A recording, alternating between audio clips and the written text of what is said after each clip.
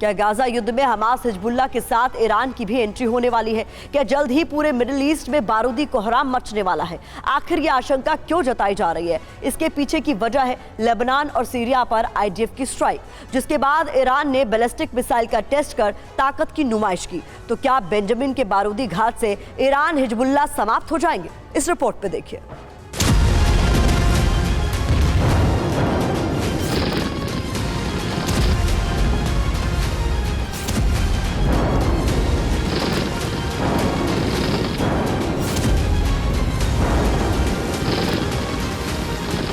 एक तरफ गाजा वाले वॉर फ्रंट पर इजराइल का बारूदी कोहराम जारी है, भीषण प्रहार जारी है, तो वहीं दूसरी तरफ लेबनान से लेकर सीरिया तक में भी आईडीएफ की बमबारी, आसमान से एयर स्ट्राइक ताबड़तोड़ अंदाज में जारी है। नेतन्याहू का प्रण सिर्फ हमास का खात्मा ही नहीं, बल्कि हमास के उन मददगारों को भी तबाह करना है। क्या आप जिंदगी में घर खरीदने का हो या शादी का हो, आपको पता नहीं चल रहा ना, ज्यादा टेंशन मत लो, आपके हॉरोस्कोप में ना सब पता चल जाएगा। कुछ ज्यादा वेट मत करना, जाइए एस्ट्रोलेट ऐप डाउनलोड कीजिएगा और आपका पहला कॉल फ्री पाइएगा। कहता है कि जोड़ियां ऊपर वाला बनाता है, लेकिन शादी का योग आपको कब है, ये जानने के लिए आपका कुंडली दिखाइए। आज ही एस्ट्रोलेट ऐप डाउनलोड कीजिए, पहला कॉल मुफ्त पाइए। जो जंग में इजराइल के खिलाफ खड़े हैं और इसी कड़ी में इजराइल की सेना ने सीरिया में ईरानी प्रॉक्सी के ठिकानों पर बमबारी की, लेबनान बॉर्डर पर हिजबुल्लाह के अड्डों पर स्ट्राइक की। दरअसल इजराइल का स्टैंड क्लियर है, ईरान समर्थित गुटों का सफाया, जो न सिर्फ हमास की मदद कर रहे हैं, बल्कि मौका मिलते ही इजरायली सेना पर हमले से भी नहीं चूक रहे। और इस कड़ी में सबसे बड़ा नाम है लेबनान के हिजबुल्लाह संगठन का, जो लगातार आईडीएफ पर अटैक कर रहा है, इजरायली सेना के मरकावा टैंक को उड़ा रहा है।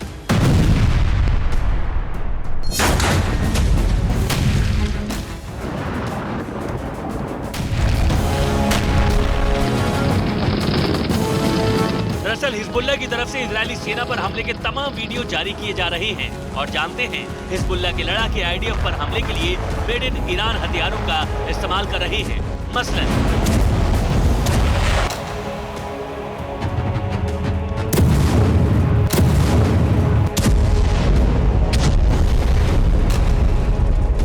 हिजबुल्लाह का पहला हथियार अल नूर एंटी शिप मिसाइल, हिजबुल्लाह का दूसरा हथियार फतह 110 बैलिस्टिक मिसाइल, हिजबुल्लाह का तीसरा हथियार टैक्टिकल बूस्ट ग्लाइड वेपन।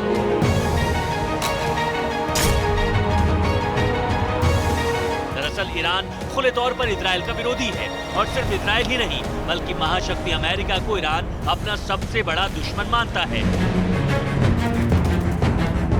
क्योंकि अमेरिका की शह पर इजरायली सेना ईरान में मौजूद उसके एटमी सेंटरों को निशाना बनाती है।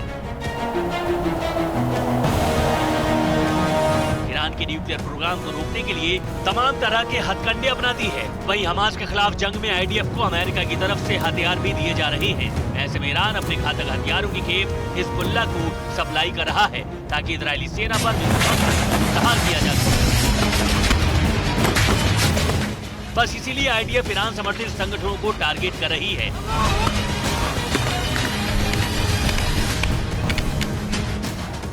ताकि हमास के साथ साथ हिजबुल्लाह, हूती समेत तमाम संगठनों का सफाया हो और इसके चलते ईरान को जंग में कूदना पड़े।